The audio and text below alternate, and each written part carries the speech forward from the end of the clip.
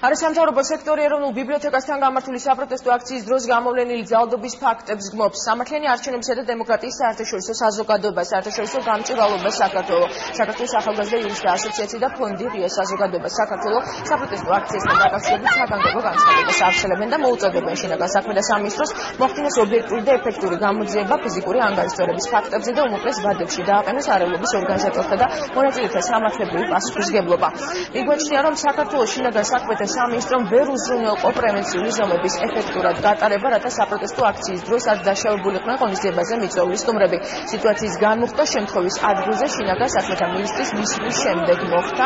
სამინისტროს პირველი პირის აღნიშნულ საკითხში პირადად ჩაარევა ცალსახად პოზიტიური ფაქტია, თუმცა მიგვაჩნია, რომ სამინისტრომ ვერ დაგეგმა შესაბამისი ღონისძიებები, რათა უზრუნველყო მონაწილეთა უსაფრთხოება. ყოველივე ამის გამო საჭირო გახდა პრეზიდენტის გამოსვლის გადადება, ნათქვამია განცხადებაში. ამასთან არასამთავრობო ორგანიზაციების შეფასებით აღსანიშნავია, რომ შეκლებისა და გამოხატვის თავისუფლება დემოკრატიული საზოგადოების უმნიშვნელოვანესი ღირებულება, თუმცა ამ უფლების რეალიზება კანონის ჩარჩოებში უნდა თავსებოდეს. ჩვენ გვესმის იმ ადამიანების შეცვლების განმავლობაში უსამართლობის განცდა დაუბრუნდა, თუმცა მსგავსი განცდა ვერ იქნება კანონსაწინააღმდეგო ქმედებების გასამართლების საფუძველი.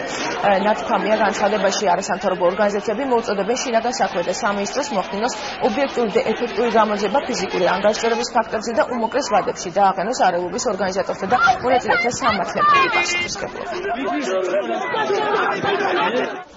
რა პოზიცია აქვს და რასაც ხდებიან არასამთავრობო სექტორის წარმომადგენლები? თამარ ურუშაძე ისაუბრებს ახლა პირდაპირ ეთერში. თამარ, გისმენთ.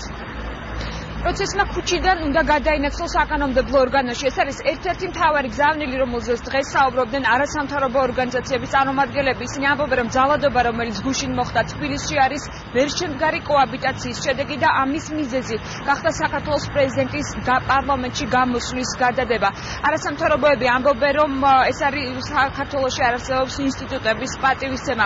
რამდენიმე საათში ძალადობიდან 4 არასამთავრობო ორგანიზაციამ გაავრცელა სპეციალური განცხადება, რომელშიც ღიად არის დაგმობილი ძალადობის ფაქტები. ისინი პასუხისმგებლობას აკისრებენ შინაგან საქმეთა სამინისტროს და ამბობენ, რომ პოლიციამ ვერ შეასრულა ღონისძიებები და ის სამუშაო, რომლის შედეგადაც უნდა მოხდარიყო იქ მყოფი პირების უსაფრთხოების დაცვა.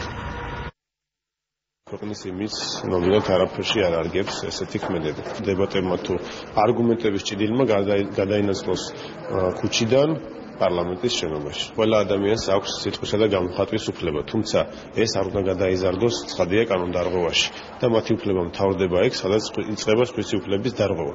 მოცემულ შემთხვევაში იყო რამდენიმე ფაქტი, სადაც შეიძლება საუბარი სამართალდარღვევაზე და მათი გამოძიება და სამართლებრივად საქმის სწორად წარმართვა, ობიექტური, ეფექტური გამოძიების ვალდებულება შინაგან საქმეთა სამინისტროს აკისრია. არსებობს ასევე სხვა ინფორმაციაც, რომ ზოგიერთი მაღალი თანამდებობის პირი მათ შორის გარკვეულ პროვოკაციებსაც აწყობდა იქ. ესეც არის შინაგან საქმეთა სამინისტროსთვის ფიქრობ საინტერესო თემა. ის ძალადობა, რაც დღეს მოხდა და ეს ყველამ დაგმო, არის პირდაპირ შედეგი იმისა, რომ არ დგება ნორმალური პოლიტიკური პროცესი, არ არის ინსტიტუტების პატივისცემა და ვერ შედგა კოაბიტაციის პროცესი. აბსოლუტურად გაუგებარია ჩემთვის, რა საჭირო იყო პრეზიდენტის გამოსვლის გადადება გუშინ, მით უმეტეს უკვე შეთანხმებულ ბოლო დეტალამდე შეხვედრის გადადება, რაც შეიძლება ემსახურებოდა ფაქტია, რომ ამან გამოიწვია ეს ზედმეტი დაპირისპირება. ამ დაპირისპირებაში მოგებული ვერ იქნება და ერთ-ერთი წაგებული იქნება ქვეყანა. ამიტომ მე ვფიქრობ, მართლა ყველა ძალიან დიდი სერიოზული პასუხისმგებლობით უნდა მოეკიდოს იმას, რომ დღეს მთავარი ამოცანა შედგეს კოაბიტაცია, პოლიციამ უნდა აიღოს პასუხისმგებლობა, რომ იყოს წესრიგი.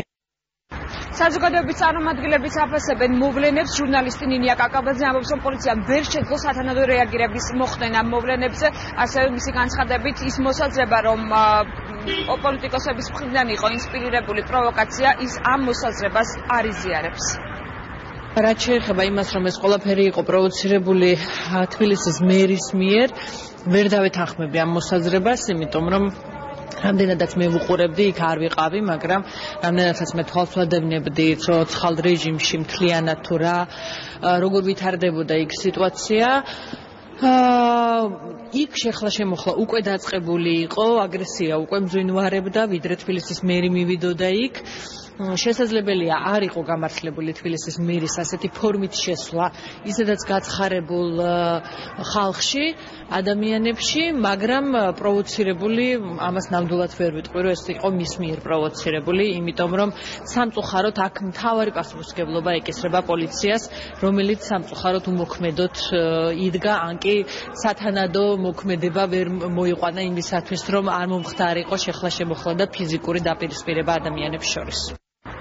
ეს არის ის შეფასება, რომელსაც საზოგადოების წარმომადგენლები და არასამთავრობო სექტორი აკეთებს. მე კიდევ ერთხელ შეგახსენებთ, რომ გავრცელდა სპეციალური განცხადება, რომელსაც 4 არასამთავრობო ორგანიზაცია აწერს ხელს. ეს არის ახალგაზრდა იურისტთა ასოციაცია, ფონდი ღია საზოგადოება საქართველოს, სამართლიანი არჩევნები, დემოკრატიის საერთაშორისო საზოგადოება და საერთაშორისო გამჭვირვალობა საქართველოს. ისინი მოითხოვა, რომ უმოკლეს ვადებში შინაგან საქმეთა სამინისტრომ უზრუნველყოს არეულობის ორგანიზატორთა და მონაწილეთა სამართლებრივი პასუხისმგებლობის დაყენება.